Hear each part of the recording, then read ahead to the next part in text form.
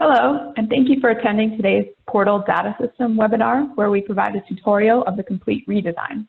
I'm Carly Friedman, CQL's Director of Research. Also presenting alongside me today is Jen Papuchis, CQL's Support System Specialist, and Tiffany Zacharakis, an Associate Product Manager at MediSked, who developed this new platform. Before we get started, just a few housekeeping items. This webinar is being recorded, and the recording will be sent out to all attendees and posted on the CQL website within about a week of this session. During this session, you can submit your questions through the question box. We'll be going over all questions at the end of the session as time permits. Some quick background about CQL, the Council on Quality and Leadership. Our mission is that we're dedicated to the definition, measurement, and improvement of personal quality of life. CQL offers accreditation, training, certification, research, and consultation services to agencies that share our vision, which is a world of dignity, opportunity, and community for all people. Before we jump into the complete redesign of the new Portal data system, here's a little bit background on Portal. We originally launched Portal data system in 2017. Portal incorporates CQL's internationally recognized tools, the personal outcome measures, and the basic assurances to collect and evaluate data about individually defined outcomes and organizational support. Only organizations actively involved in CQL's accreditation, CQL certification, or PALM workshops are eligible. Access is free for accredited organizations. Those who have engaged in CQL certification or PALM workshops can purchase an annual subscription for $12.50. And none of that's going to change in the new Portal data system. Over the years, we've received some extremely valuable feedback from Portal users. This includes questions, concerns, and comments regarding Portal features, functionality, and more. The recommendations and responses we've received since 2017 have directly informed our complete redesign of the new Portal data system. Now, we're very proud to introduce the new Portal data system. Before we jump into the tutorial of Portal from the platform developer MediSked, we're going to share some general information, and if there's time at the end, we can take some questions from attendees. Portal is now organized through a simple left side menu of main options, including reporting, surveys, and for some super users, an admin section. Within each of those, there's also a drop-down option.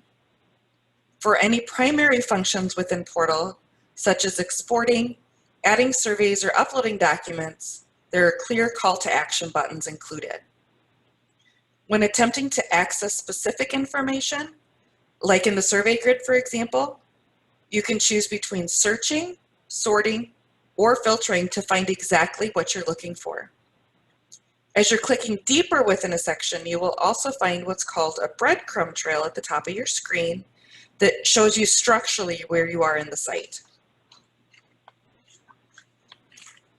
While we'll go into more detail during the tutorial, here are some of the features.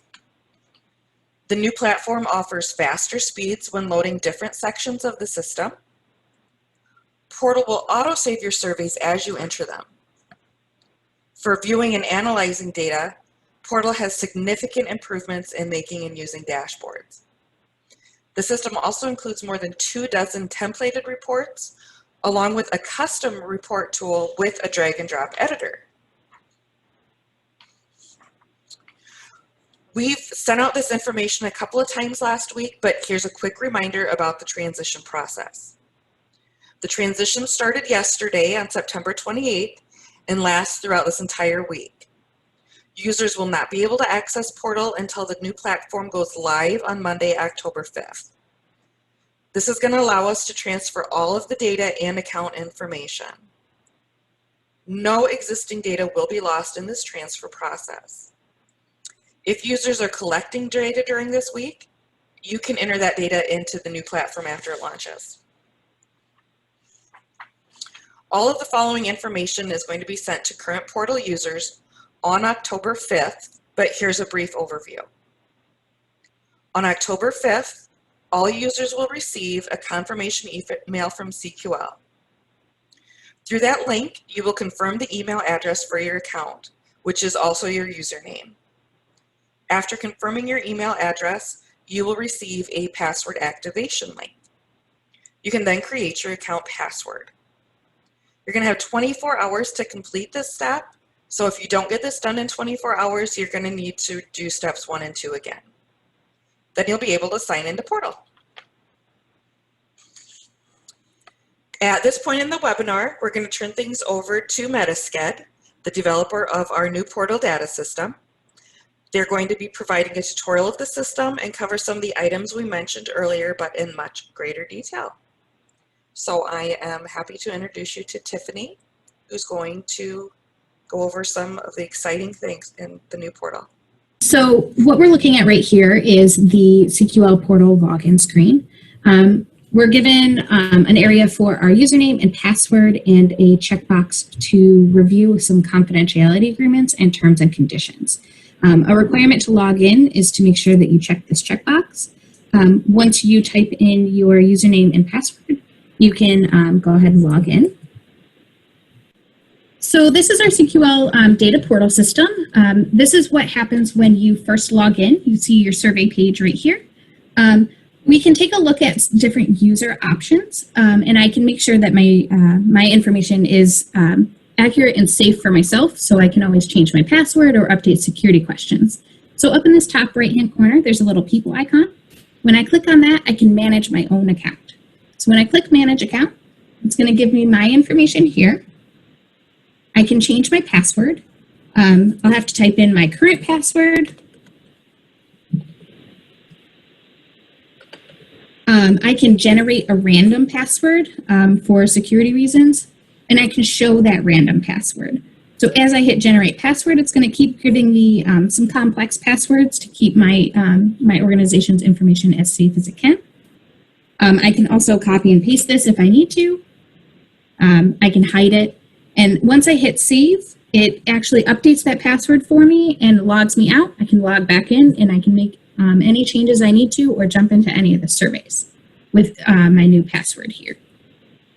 Another thing I can do, and I highly recommend doing this upon first login, is that I can change my security questions. So I can jump in, click Change Security Questions. Again, just like changing our password, I have to type in my password here. And I can choose a security question.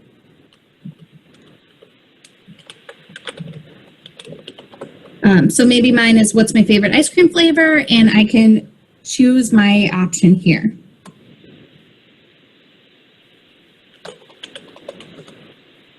Once I hit Save, oh, I didn't type my password in right. Once I hit Save, I can save my security question. And that way, if I need to adjust my password later on, if I forget my password, I can actually utilize the security password option for later on and reset my password on my own. So I highly recommend, once you get into the system and you start using it, definitely go in, change your security questions, change your password if you need to, and keep all your information as safe as it can be. Now that we updated our security settings, let's jump in and take a look at what we can do in the system. I'm going to click on the survey tab here. So on here we have a survey grid, and it's going to give us the 3 different types of surveys. Not everybody has access to all the survey types, but given your access level, you'll see the basic assurance, the POMS adult, or the POMS child survey.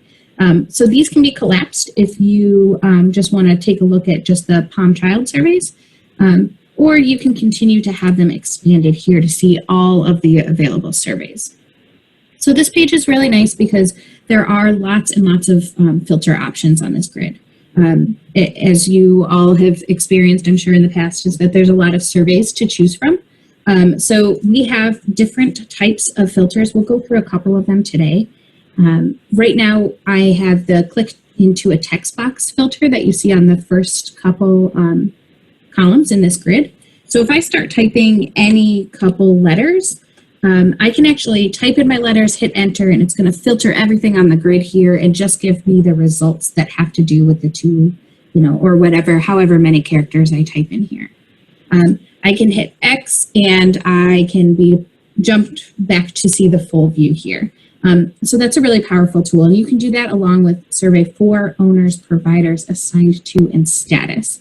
I personally really like the status one because I can go through and see, what do I currently have in progress? And as I start typing, I can hit enter. It's going to display all of the items in progress on the grid. So it's going to give me a nice view of all of those. For my in progress, it's giving me all of my in progress surveys. So it's a nice tool in order just to see exactly what I need to on my grid here. Once I click X, just like before, I'm able to see everything on the grid. So there's another type of filters here for all of our dates that are on our grid. So when I click on this little filter symbol here, it gives me a lot more power to the way that I filter. I can choose, what type of filter this is. There's so many options in here. But essentially what I do is this one is equal to, so it's a filter of what is exactly in this section. So if I know what date I want to search for, I can jump in and search for that exact date. I can do and or filters, which we'll jump into a little bit later when we start talking about the POM built-in reports.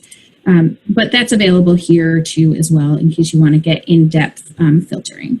So when I hit filter, again, I'm just going to take a look at all of the ones that I have due on a specific date. The really cool thing here with the and or date filters is that I can actually choose in between. So, maybe I want to see the surveys that I have listed a due date from October 1st to October 5th. And I can see everything that needs to be done in this particular week. The only thing to keep in mind is due dates aren't a required field. We are going to jump into that in just a minute. But we can use that as an awesome tool for ourselves. If I need to clear out, there's a clear button here, just like we did before with the X. And it's just going to display everything on the grid for me. And it's going to work the same way across all of our options on the grid. So it's a nice, cool tool for you all to utilize and find the surveys that you need. Over on the right-hand side, there's a whole bunch of different options here. Some of them are in more menu options, and some of them are just buttons. The ones that are just buttons are simple instructions. We can just go and do that. Once it gets to be more than 2 buttons, we put it in a more menu just to make it still a nice collapsed grid and easy to read. So we're going to see the different options based on how many buttons we have going on. Essentially, the functionality is all the same, but the more menu just helps it keep it all in one bucket for us. All right. So let's take a look at the different surveys and the different statuses they can be in. We have a not started survey, which means no one's jumped into this particular survey yet. We have completed, and that means that someone's done all the required fields they need, and they have given the thumbs up that they're good to go. They've completed this survey. We have an in progress survey, meaning someone's still working on it. It's still being worked on, whether that's current or it's being worked on by a specific person. We'll see a different status there. Down below right here, we have in use by provider user Tiffany. So that's that's a status in itself, which is really nice because I can see who's using it. Maybe I need to jump into that survey so I can give someone a call and say, hey, I see you're in this survey. I just need to do a couple things. Would you mind hopping out of it? So that's going to be for the POM survey themselves. So those are all of our status types. Let's talk about adding a new survey. So up on the top, we have an Add New Survey button. It's going to bring out a new survey drawer. I can select the survey type. So am I doing a POM or POM adult or POM child? Here's where I would select this. I'm going to add a POM child. So we have a concept between owners and groups. Groups are the provider agency that the survey itself is about. So what is this survey? Whose data is this? So I'm going to select the desired group. So again, this is who is providing services to the person that I am completing a survey for. So in this case, I'm going to choose the provider. Most people, some people might only have one provider on this dropdown, and that's perfectly fine. Some people are going to see more than one. Let's talk about owners. Owners are a little bit different than group because the owner is who is responsible for the survey. So what organization is going to be responsible for completing the survey? It's slightly different than the group. Sometimes these values might be different and sometimes they're going to be the same. So in this case, someone from GAC is going to be working on that survey, and the survey itself, the person receiving services is receiving services from GAC. I'm going to get a list of assignees here. This list of assignee comes straight from this owner field. So anybody who is associated in the system with the GAC, I'm actually able to select them, or I can select myself if I'm the one that needs to complete the survey. And they're the ones that are going to show up on the assigned to column on my survey grid. So I can select my member type from here. So member is the person receiving services at the agency that we have selected in the group. So if I'm doing a survey for a specific person, I can create a survey for a member, so for the person receiving services.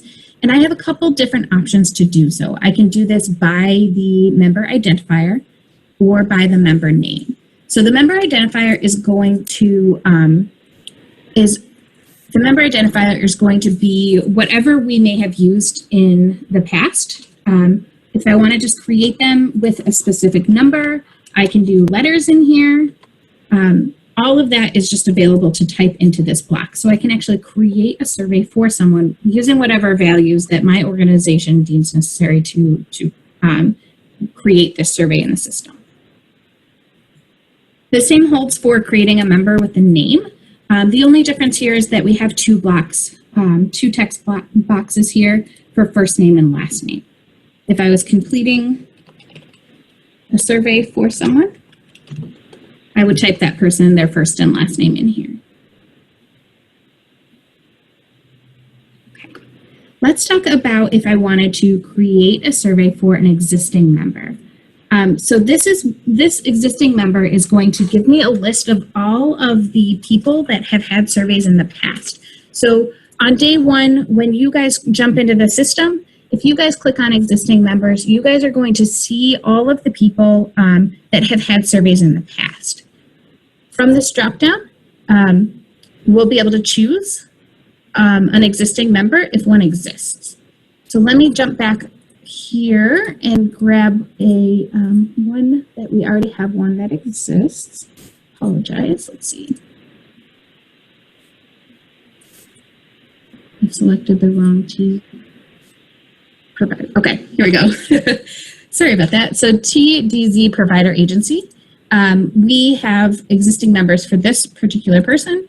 Once I have the existing member on my member type available, we have the member dropdown. So from here, I can see John, Joan, I can see an identifier that we used previously, and I can see Jane with her birthday because maybe that's how we entered it into our previous portal. So once I select who that is, I can choose my due date. It's just a date picker here. I can select any date. And again, this can be filtered on the grid, so it gives us a lot of organization power right there. Once I am ready for creating this particular one, I can hit done, and it's going to show up on my grid. And I can also hit cancel. If I realize I don't actually need this one, I can back out. It is not going to auto-save the changes, so I'm going to have to choose whether I want to keep the changes or discard. For our demo today, I'm going to hit discard. It's going to refresh our grid, and we can see all of the surveys on our grid again. Now, when we add a survey for the POM adult, it works the exact same way. We're going to be given all the same options. So there's not a whole lot of differences between adding surveys for the POM adult and the POM child surveys. All right, let's take a look at what a POM survey looks like. I am given a handful of different options within the More menu, like we talked about before.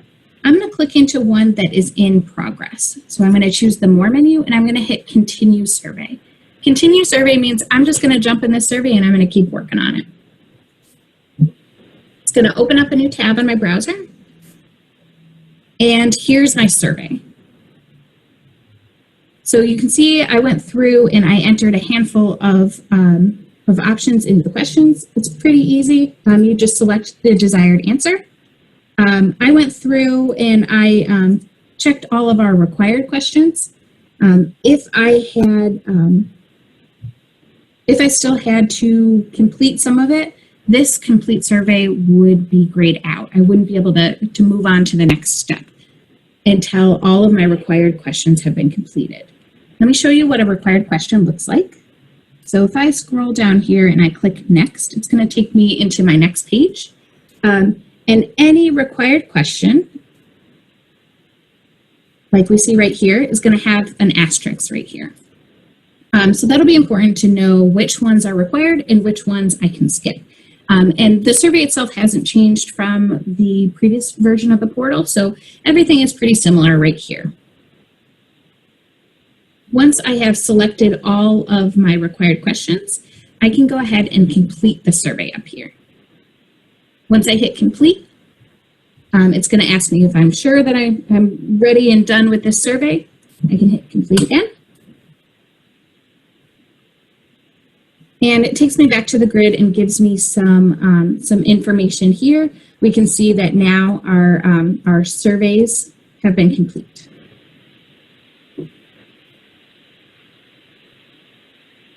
All right, so I'm in a new tab. I'm going to close out my new tab. It takes me back to where we have this menu on the side that Jen talked about. This menu gives us all the options that we need, so we can jump into all sorts of reports and different admin options if I have that access to do so. So because we're talking about POM surveys, I'm going to jump into a couple of the POM reports, and we'll go ahead and jump back and talk about some of the VA surveys. So under my reporting option here, I'm given the option for POM child reports and POM adult reports. I can also see the basic assurance reports and custom reports. So these are going to be nice, important options for us to take a look at our information. For our example today, I'm going to jump into the POM child reports.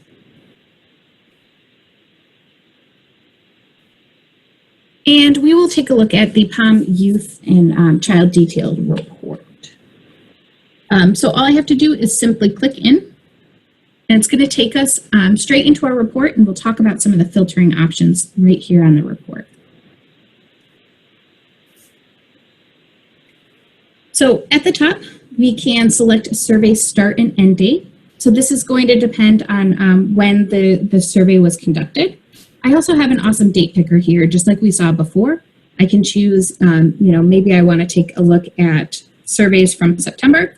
I can also manually type into these and select the dates that I need if that's easier.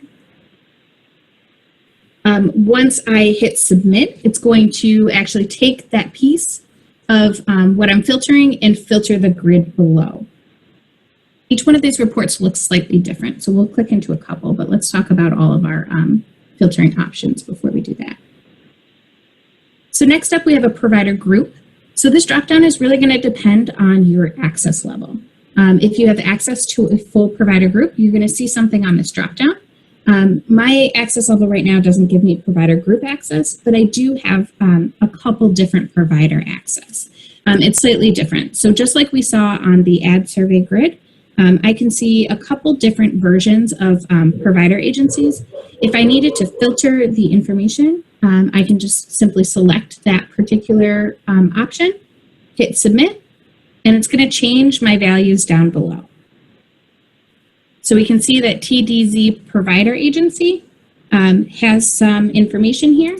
If I flip it to a different agency here and hit submit, it's going to filter my data based on whatever I select in that provider agency. So if I have access to multiple providers, I can take a look at just the ones that I'm interested in looking at right now. There is a check all and a deselect all. If I check all or if I leave it blank, it essentially is doing the same thing. we either don't have a filter on it or we're filtering by all of the available options. So again, when I hit submit, because I deselected all, I'm going to see all those providers that I have access to. Our next filter option is this certified checkbox. This corresponds with the interviewer's status within the survey. So if I click checked, and if I check this and I click that this, we only want to take a look at the certified interviewers. Once I hit submit, I'm going to just filter the information by only the interviewers that have that certification. And again, if it's left blank, we're taking a look at all the information. Okay. Next up, we have our age, and it's just like it sounds. I can add in my minimum and maximum age. So, for instance, if I was working on a POM child report, and I only wanted to take a look at the people who were legally children, I could do so.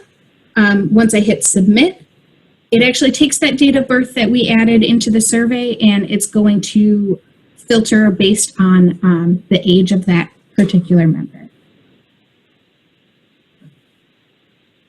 So this person was over the legal age of 18, but if we jump this up to a higher number, obviously this person will show back up on the report.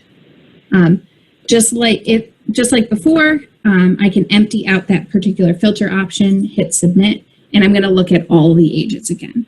So it gives a nice, powerful tool for us to be able to do that. Next, we have the question numbers and responses. So these correlate with one another. We're going to jump in and kind of do a bunch of filtering here. So for question 1, if I click on this dropdown, I'm going to see every question in the POM survey. So if I wanted to filter and only take a look at the people for the outcome present, are safe, whether or not the outcome is present, I can select my response. So maybe I only want to take a look at people who do not have the outcome present for the POM are safe. Once I hit submit, it's going to show me all of the people who fit in that criteria. So right here, the one person that I have on my survey information, their outcome is not present, or their outcome is present. So they were filtered out when I clicked on not present. If I go back and I filter them back in by saying are safe, outcome present, and the response would be present. Once I hit submit, we're going to see the information filter again below. So we can get even more complex here. We can use this drop down here, and we can choose an and or. So and ors are a filter option that allows us to say we want people who have this particular outcome present, and we can select another question.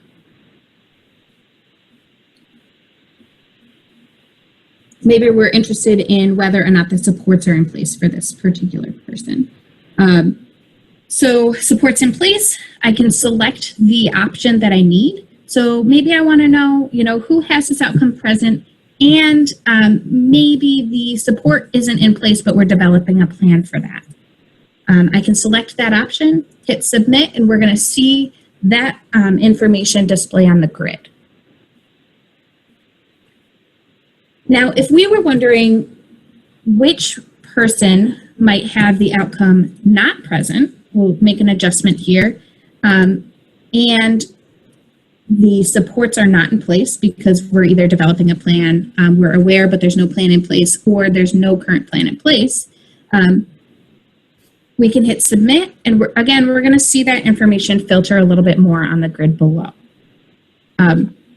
One of the things to keep in mind is that we can update this to an or statement, meaning this or that. So we're either going to have the outcome present, or the support is not in place based on what we selected in this. So when I hit submit, it's actually going to increase the amount of data that I'm looking at because I'm not filtering it as much. I'm looking for more than one option on my grid. And I could continue to do this. Using this drop-down, I can make a lot of and/or statements and continue to pull up information based on answers to each of the questions. All right. We also have the option to filter by our state or province. So they're all listed here, just like we would any other grid. We could select whatever state we're from and just filter and take a look at the people within that particular state or province. That is a question within the survey as well. We can filter by interviewee last name initial. So based on whatever we select here, once we select the last initial, it's actually going to give us a list on this dropdown of all the available interviewees. Once I select what I need, I can hit submit, and it will filter our grid. So we can only see the ones that this particular interviewee interviewed. We also have a text search. So if I was looking for a specific word that maybe came up in one of the notes section, I can type in that word. Maybe we have some like red flag words, like the word abuse. We could actually hit submit, and it's going to filter all the information based on any time that particular word was used. So it's only going to show me any of the surveys that had to do with that particular word that I used in the text box. So there's a lot of really awesome tools you can use in order to filter the information and watch and see how the data below changes. If I need to export, there is an export button. It allows us to export in Excel, a PDF version, or a Word version. So we can select the available option, and it'll download on our computer for us.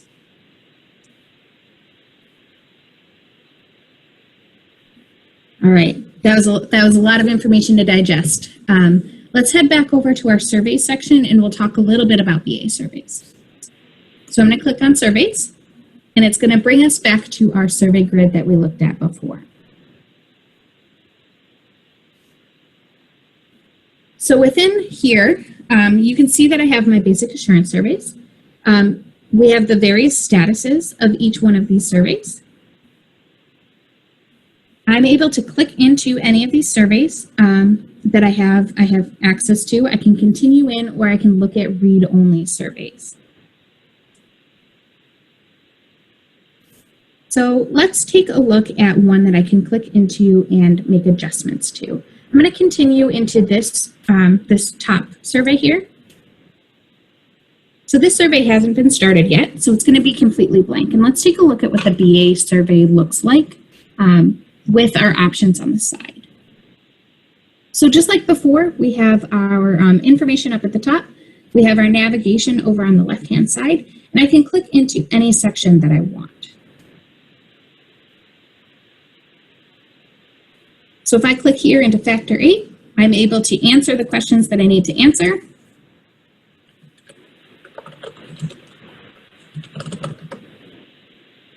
And continue going through. So one of the really awesome things about the basic assurance survey type is that the system actually lets us know when the different sections have been completed and if one of them is in use by another user.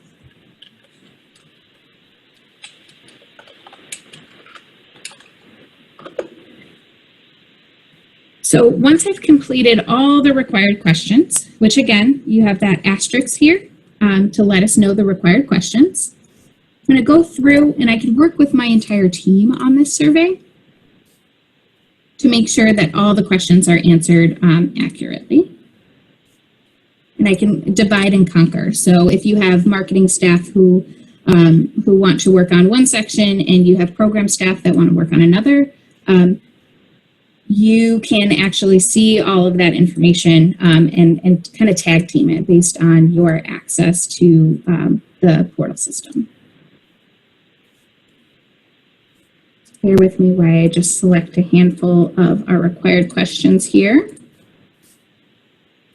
And we'll watch how some of these symbols change for us.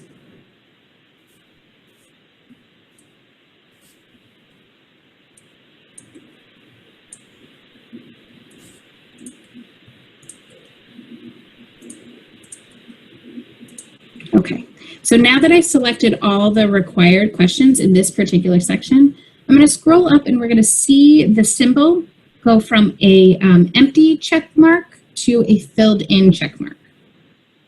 So it let us take a look at what's already been completed and what we still have left to do as a team. If other members of my team are currently working on the survey, I can't click into that particular section. I have a teammate that is working on factor 1. So it's not letting me jump in there because my team member is already working in that particular section. If I need to know who that is, I can actually hover over it and see exactly who is in the system. And you know, maybe I need to call up that person and say, hey, I'm just trying to finish the last bit of the section. Would you mind jumping out just for a few minutes? So if I need to contact that person, I can. All you have to do is hover over it, and it's going to let you know who's in there, and give me all the information that I need. So as a team, we can tag team all of the different factors here. When I'm ready, just like our POM survey that we looked at before, I can hit that complete button. All right, because one of my coworkers is currently in here and working on it, I'm going to let them work on it. I'm going to jump out of this survey, and we'll take a look at a different one so we can look at a different view. All right, next up we have a completed survey. So let's take a look at what it looks like when our BA surveys have been completed. So I'm going to click on View Read Only Survey. Again, just like all the other surveys, it opens up in a new tab, and I can see all the information that was provided here. This particular survey, our CQL team has submitted their responses and completed it as well.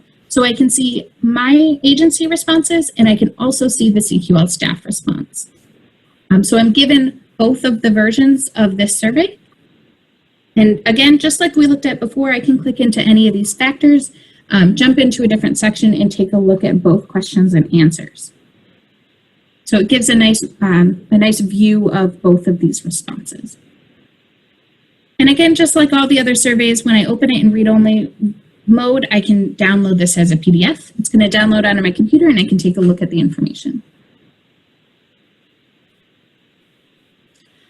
When I'm done, I can either use these breadcrumbs or I can close out the tab. When I use the breadcrumbs, it allows me to go back to the survey grid, just like I would have done if I clicked on that tab, closing out that tab.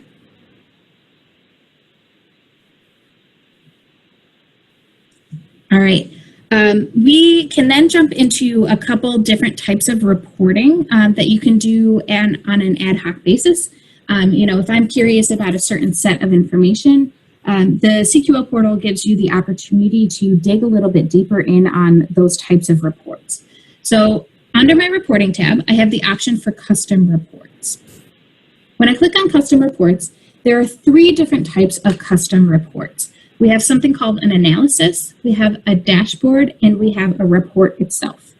So we'll take a look and just very briefly talk about the differences of each one of those.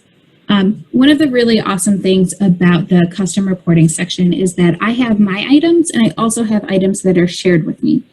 So if someone else in my organization shared a specific report with me, I'm going to see that right here in the shared with me folder.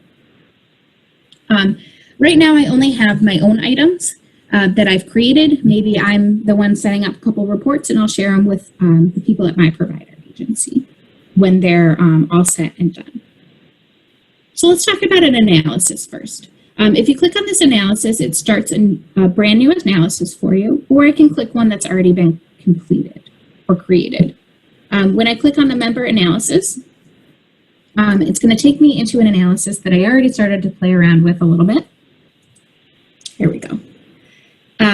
So this is what a custom analysis looks like. I have a grid of information, and again, this is just demo data. This isn't anybody's actual information here. So this is just something I made for the demo. I can select my data set, so I can pick and choose any of the information that I want to look at. On the drop-down here, it's going to give us all sorts of options for our data sets. So if I was really curious about a specific POM, whether it's for a child or an adult, I'm given a whole bunch of different options here. On here, I have selected members from the drop-down. Maybe I just need to do an analysis on the members in the system. I can do that. I can pick and choose all the data sets that I want. Some of these are back-end data sets, and others are really helpful information. Maybe we decide that provider name would be really important because I have access to more than one provider. Once I select the options that I need, I hit Apply Column Selection, and it's going to add that information into the grid below.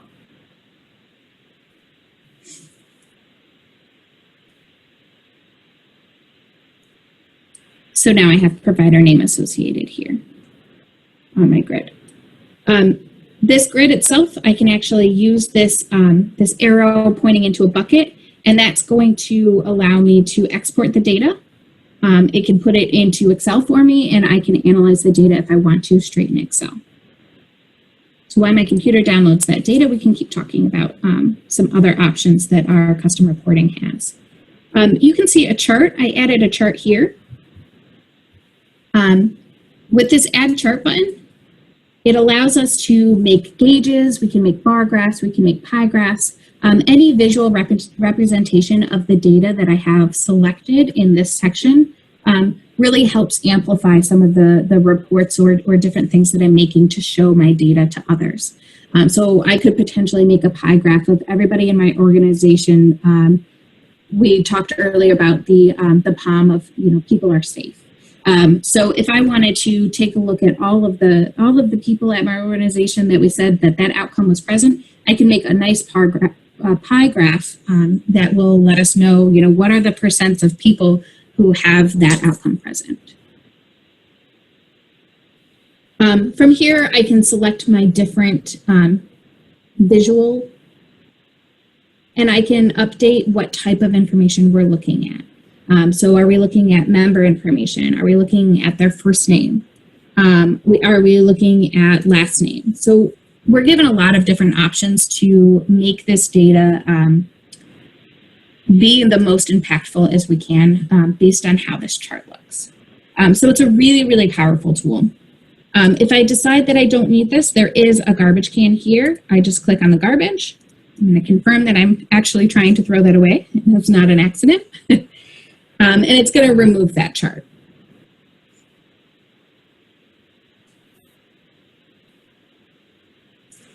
There also is an option to take one of these charts or even a grid and add it to my visual gallery, which will come into play shortly. So when I click on this visual gallery here, I can rename it. I can hit done. And it actually adds that to my visual gallery, which will be really helpful when we start talking about dashboards and reports.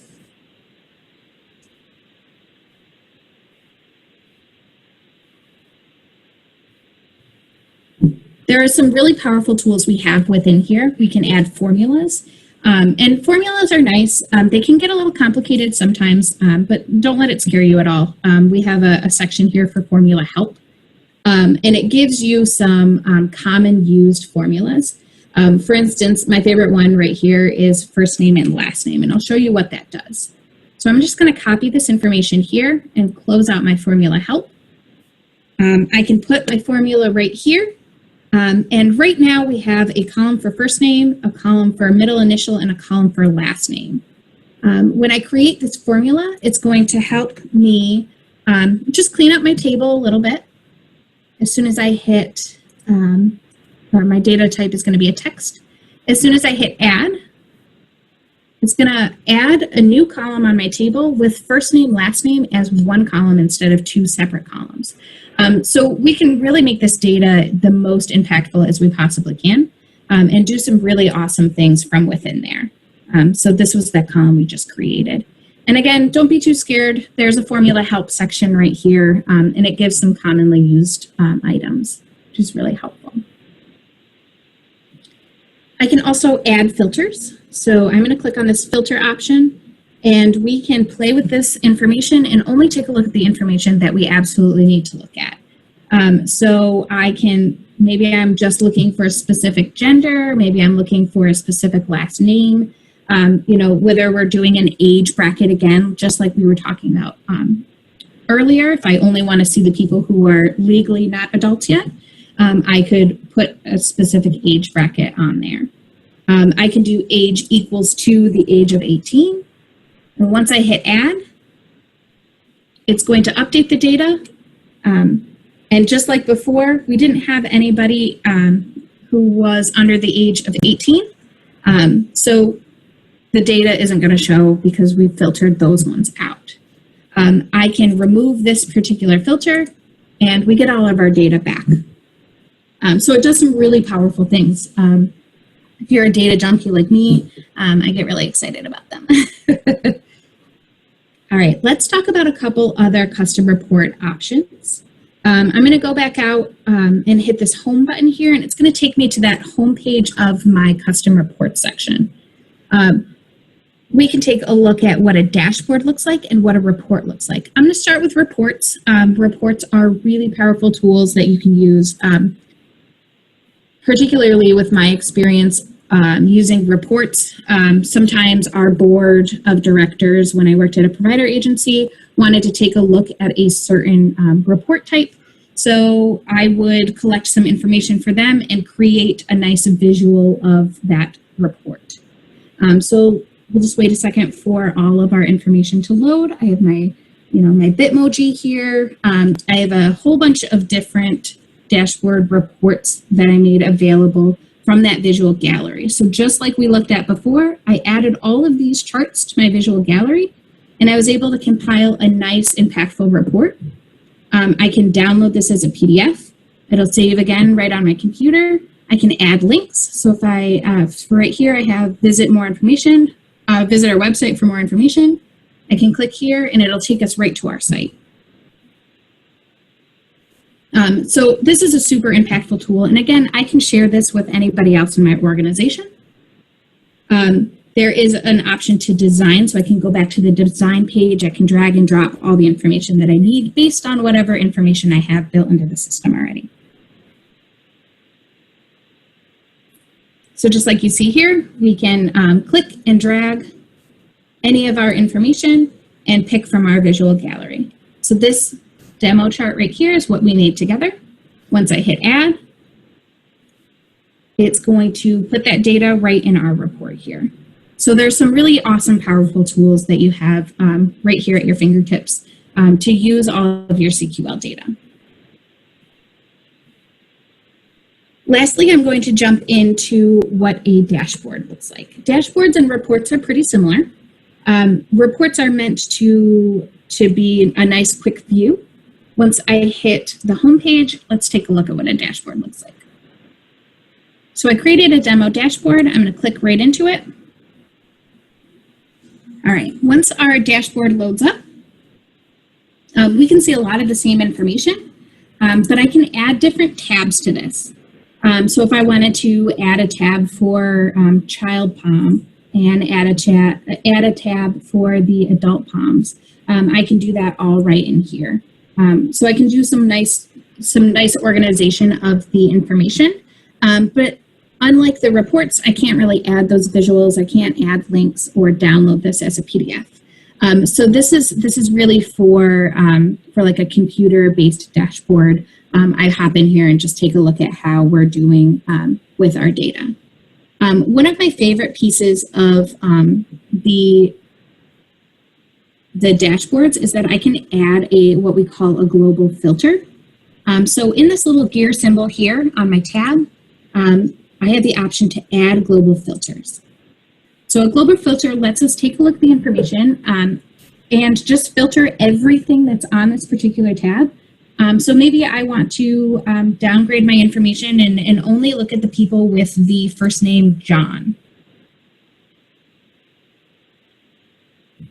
So what I'm going to do is I'm going to select the option on my filter column. We're going to filter by our first name. We have equals is greater than or less than if we're talking about numerical values, not equals to, so maybe, you know, it was not, we weren't interested in looking at anybody named John. So we have a whole bunch of different filter options. One of my favorites is contains, because it's any letters within our text box anywhere. So if I'm just typing the word the letter M, anybody with the letter M in any of my data sets is actually going to show up on here. So let's just take a look at John, see what data we get. Once I click add, it's going to add my global filter and filter everything on my dashboard. There we go. So you can see the global filter was applied to every single one of my grids here, all my grids, all my graphs, as it's kind of recalculating all the data and only giving us all the Johns that we have in the system here. And it just allows us to add this awesome global filter just on a particular tab. So I'm only looking at any of the information that I absolutely need to look at right now. So if you wanted a tab for each of the genders, you know, you have one for male, one for female, one for non-binary, anything that's within the survey itself, you can filter on it. So you can add the different tabs and make all the information as impactful as you possibly could get it. So the custom reports has a lot of really awesome tools for looking at data in all sorts of ways. And it's all based on all of the data that you have in all of your POM and BA survey sets. So anything that we add into the system, we can report on it and take a look at it.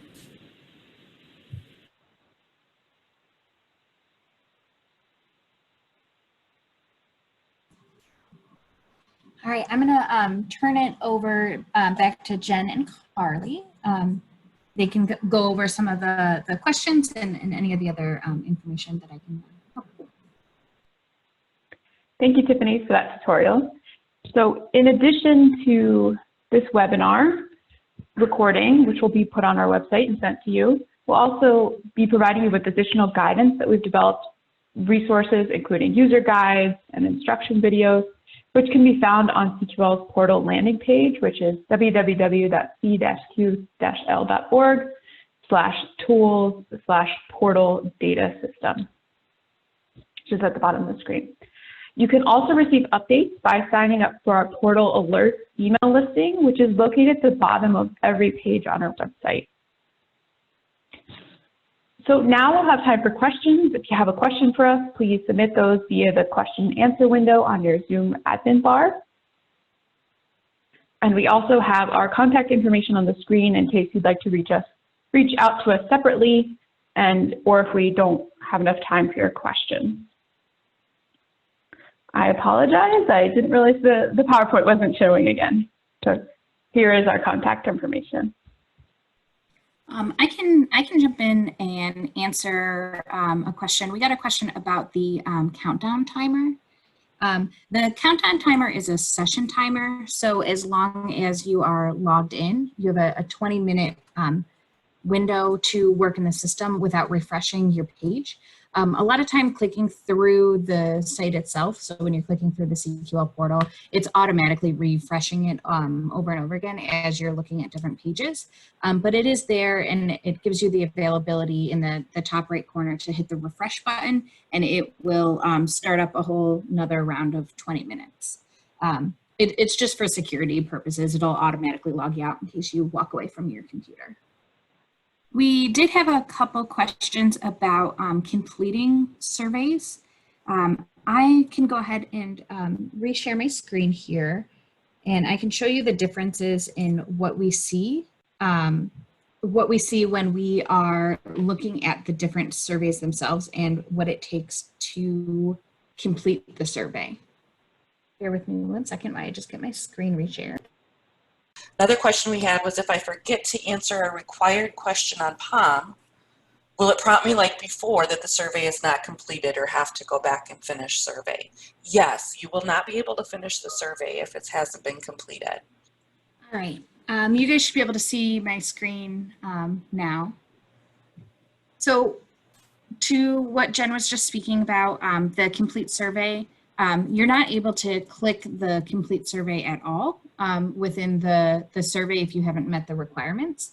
One of the really good things, especially about the basic assurance survey, is that I can actually see what section I still have items left to complete. So I know exactly where I need to go to look for those required questions. And once I meet them all, that complete button is going to be available for us to click on. If I need to adjust something after I complete it, there is the availability to reopen a survey. It is an option on the More menu for a completed POM, and it all depends on your access level. So for the POM survey, you have the reopen option. I can jump in, I can make any edits that I need to make, and I can recomplete that whenever I'm ready. For the basic assurance surveys, in order to get that reopened, you'll have to reach out to someone at CQL in order to help you through that. But it is possible to reopen something that has been completed previously. Good question. Other questions we had. I have many people who have more than one POM in the portal. I would name each interview by the person's name and year of interview. In this new system, how do I differentiate between surveys for the same person? That's a great question as well. When we import all the data from the previous portal, it's all going to be in here, just like you see some of the options that I have set up for the demo for the name of each person. When you hit add new survey, anything that you added as that person's survey, when you click on existing member, like we went over earlier, anything that is available for that member, let me just fill in my information here. Anybody who's been created for your provider agency is already going to show up on the dropdown. So if you use more than one name, if you use some sort of identifier, if you use a birth date, it's all going to show up just like you created it before. If you wanted to continue that process and continue to create a new member, you can just use the member identifier. And this, you can use letters and numbers. So whatever you need to type in here, you can continue to use the same process you've used in the past by using create member under the identifier option. Thank you, Tiffany. For the reporting tool, is the text search case sensitive? That's a great question. It is not case sensitive.